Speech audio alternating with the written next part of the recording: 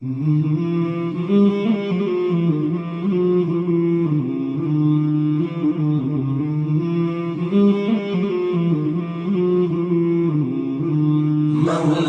صل وسلم دائما أبدا على حبيبك خير الخلق كلهم صلى الله تعالى عليه وعلى آله وصحبه وبارك وسلم. اللهم صل على محمد وعلى آل محمد كما صليت على إبراهيم وعلى آل إبراهيم إنك حميد مجيد. نحمده ونستعينه ونستغفره ونؤمن به ونتوكل عليه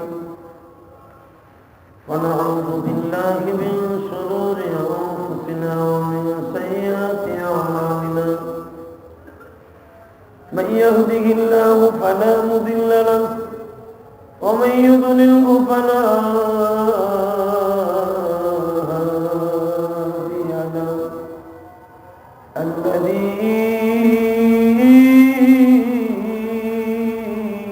أرسل رسوله بالهدى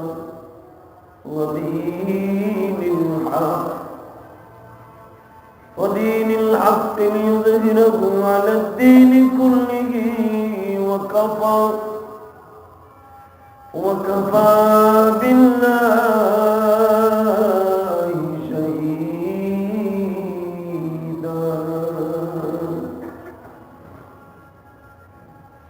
أما بعد فقد قال الله تبارك وتعالى: فأعوذ بالله من الشيطان الرجيم. بسم الله الرحمن الرحيم.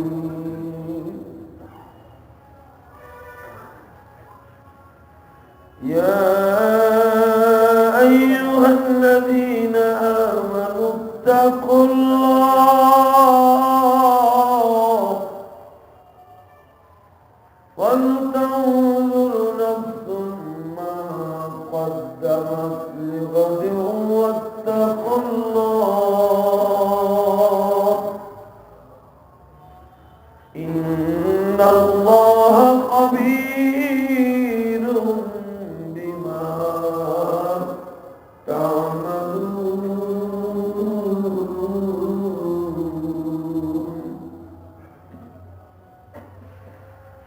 وقال الله تبارك وتعالى في شان حبيب: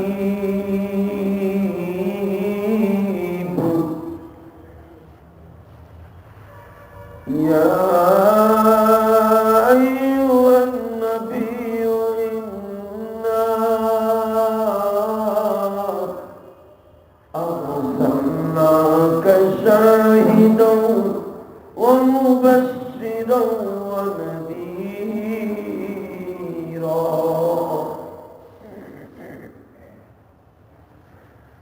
وداعيا إلى